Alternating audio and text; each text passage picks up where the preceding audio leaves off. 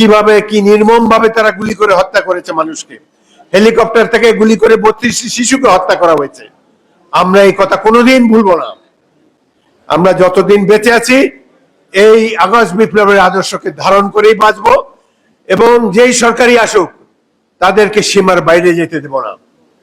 এই সরকারকে আমরা আইন কানুনের মাধ্যমে, সাংবিধানিক সংস্কারের মাধ্যমে এমন ভাবে রাখবো যাতে করে 71-এর মুক্তিযুদ্ধের চেতনা বাস্তবায়িত হয়। পৃথিবীর অনেক দেশে ন্যাশনাল সার্ভিস আছে, ইসরায়েলে আছে, সিঙ্গাপুরে আছে, কোরিয়াতে আছে। অনেক দেশে প্রত্যেক নাগরিক বাধ্যতামূলক ভাবে 1 বছর বা 2 বছর সামরিক বাহিনীতে তারা সার্ভিস দেয়। আমি যেটা বলেছি, আগেও বলেছি, আমাদের যারা ছাত্র স্কুল কলেজ বিশ্ববিদ্যালয়ে পড়ে তাদেরকে তাদের শিক্ষাক্রমের অংশ হিসাবে সামরিক ট্রেনিং দেওয়া হবে, বেসিক মিলিটারি ট্রেনিং দেওয়া হবে, যাতে প্রয়োজন হলে তারা সামরিক বাহিনীর পাশাপাশি অস্ত্র ধরে দেশ রক্ষার জন্য তাদের দায়িত্ব পালন করতে পারে। ঠিক আছে? আমরা গণতন্ত্রের জন্য যুদ্ধ করেছিলাম, গণতন্ত্রের জন্য আর কোনোদিন এই দেশ থেকে কেউ না সরাতে পারে, সেই জন্য আমরা সচেষ্ট থাকবো। আমরা গণতন্ত্রের কাস্টোডিয়ান হব। সামাজিক ন্যায় বিচার জীবন দিয়ে হলো আমরা রক্ষা করতে হবে, এবং সাম্য, এই সংগ্রামে শুরু হয়েছিল কোটা সংগ্রাম, অর্থাৎ সাম্য প্রতিষ্ঠার জন্য, সকলের সমান অধিকার। এই অধিকার যেন অধিকার থেকে যে কেউ বাংলাদেশের মানুষকে বঞ্চিত করতে না পারে, সেই জন্য আমরা সজাগ থাকব, সংগ্রাম করেই যাব।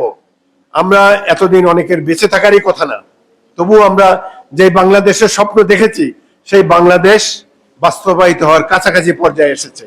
এখন এটি লক্ষ্য করে, এখন এটি নির্ভর করে একটি ভালো সরকারের উপরে। একটি দুর্নীতিমুক্ত সরকার, জনগণের নির্বাচিত সরকারই পারে 71-এর চেতনার বাস্তবায়ন ঘটাবার জন্য। আমরা এই দেশে এখনো রিগড ইলেকশন দেখতে চাই না। এই দেশে এই সরকারের প্রথম থেকে চেষ্টা করা উচিত ছিল একটি ভালো নির্বাচন কমিশন বসাবার জন্য, কিন্তু নির্বাচন কমিশন নিয়ে কোনো কথাবার্তা নাই। তারা কোনো রোড ম্যাপ দেয় না, কবে নির্বাচন দেবে তাও বলে না, কি সংস্কার করবে 6টি বিষয় সংস্কারের কথা বলেছে। অন্যান্য সংস্কারের ব্যাপারে তারা এখনো নিশ্চুপ আছে। 1 মাস যথেষ্ট সময়। এখানে যারা আছে সবাই দেশের কৃতি সন্তান, তাদের ব্রেন আছে, তারা বলুক। কিন্তু একটা হলো যে হাসিনার প্রতাপ, তারা এদের উপরে ভর করে আছে। পুরো পুলিশ বাহিনী, অন্যান্য বাহিনী সব তো হাসিনার লোকেরাই এখানে আছে। 487 জন পুলিশ কিভাবে সেনানিবাসে আশ্রয় নিল? আমি সেনাপ্রধানকে জিজ্ঞাসা করতে চাই, বাংলাদেশ সেনাবাহিনী আমরা সৃষ্টি করেছি 1971 সালে, কেন এখানে 487 জন খুনি পুলিশ কর্মকর্তাকে তারা আশ্রয় দিলেন? এখন তারা বলেছেন বের হয়ে গিয়েছেন, গুড, কিন্তু বিভিন্ন সেনানিবাসে আওয়ামী দুর্বৃত্তদেরকে আশ্রয় দেওয়া মোটেই ঠিক হয় নাই। তারা এখনো বহাল তবিয়তে আছে। কিন্তু এই বিপ্লব সেদিনই সম্পূর্ণ হবে যেদিনে গত 17 বছর লুটতরাজ যারা করেছে, বাংলাদেশের ব্যাংক সমূহকে যারা ফোকলা করে দিয়েছে, যারা মানুষ হত্যা করেছে, গুম করেছে, তাদের শাস্তি বিধান যেদিন করা হবে সেদিন এই বিপ্লব সাফল্যমণ্ডিত হবে।